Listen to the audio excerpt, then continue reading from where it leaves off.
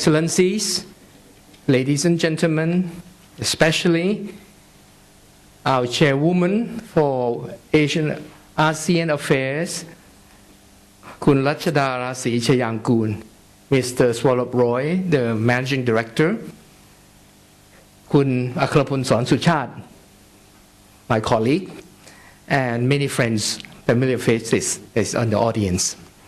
It's my great privilege and honor to be invited to speak here on behalf of many of you for this conference. I told Roy when he invited me that unfortunately, I only have a few minutes because I have pre-engaged things that I need to attend to. So I would deliver my keynote address as succinct and as short as I can so that you could hear what I have in mind on this topic. Is the whole thing about saving our planet a myth or a reality?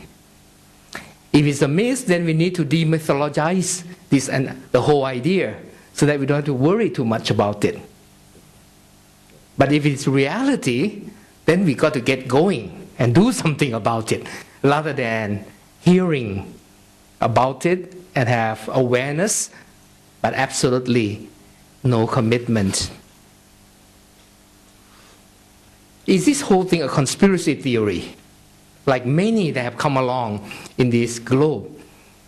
JFK assassination, you move on to Mr. Bush is the one behind the scene doing all the World Trade Center attack. There's all kind of conspiracy theory that's floating in every kind of things in this world today. But this is one of them, where we're trying to say something about this planet that is in need of saving, when in fact it can rejuvenate itself and we don't have to worry about it. I suspect, and accepting the invitation to speak on such a Save a Planet 2 summit like this means that I do believe that this planet needs some saving. And probably the concern for saving this planet need to be more just a concern, but move to the level of conviction so that we can move on to the next level of commitment so that we could take action to do something about it.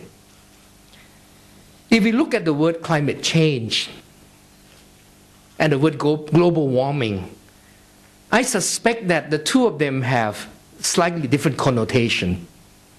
Talk about climate change, then you focus mainly on the rise in temperature, for example, which is a very narrow and exclusive niche that we need to be aware and concerned about. But if we talk about global warming in a larger measure in the light of climate change, then probably we have to deal with more than temperature rising in global warming or climate change, but also in the aspects of the issue of other things related like wind, wave, storm, epidemics,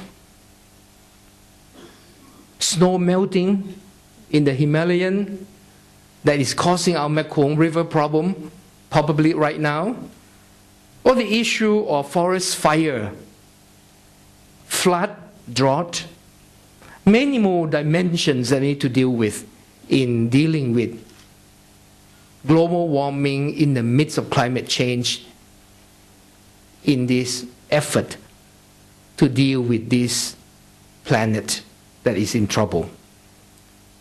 The severity of problem, I assume, through all the work that we have seen and research, statistics are clear. Take in the US, for example, natural disasters, 7 out of 10 most radical and severe natural disasters are found within the last 5 years of the 21st century.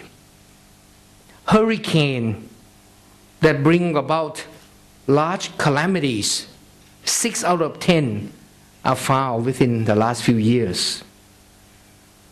In Thailand, if you bring closer to home, You can see clearly that this year alone, the issue of drought is experienced in just about every single of the 76 provinces in Thailand.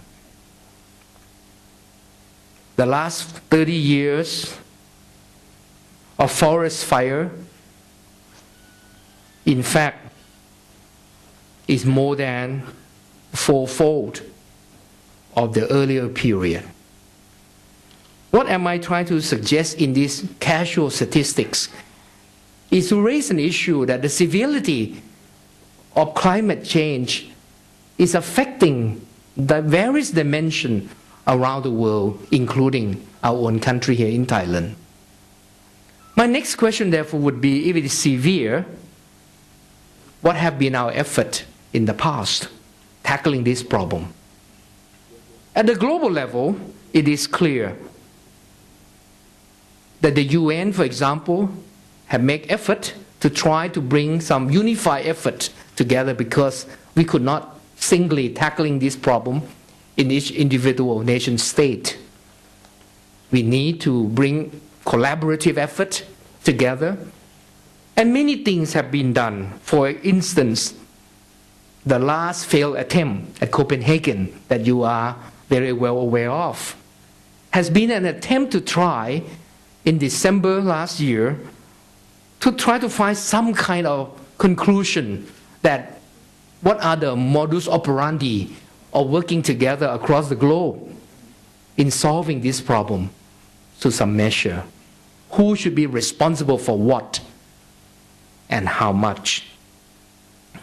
You have noticed that there were no real consensus, let alone no real decision making that is mandatory, so that different countries would need to comply to all those discussions that have been raised.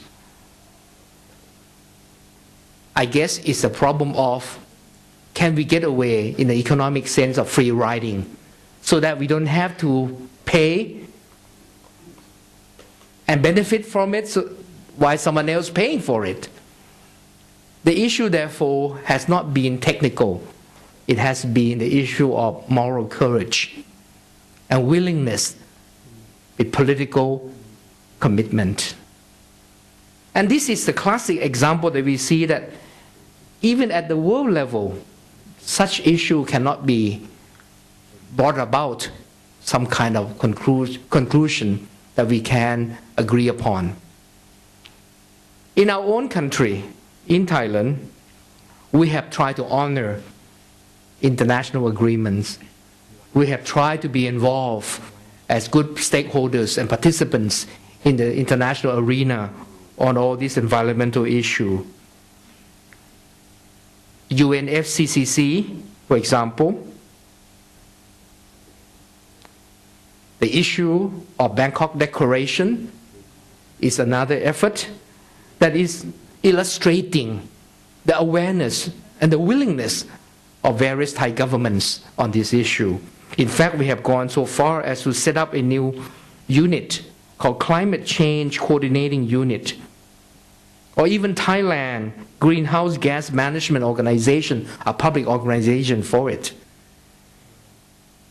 The Thai public is at a stage where we are totally aware of this issue and totally willing to move along with leadership in the public arena who are willing to bring Thailand into some collaborative effort with international bodies and the various nations, states, to help work together to alleviate some of these problems.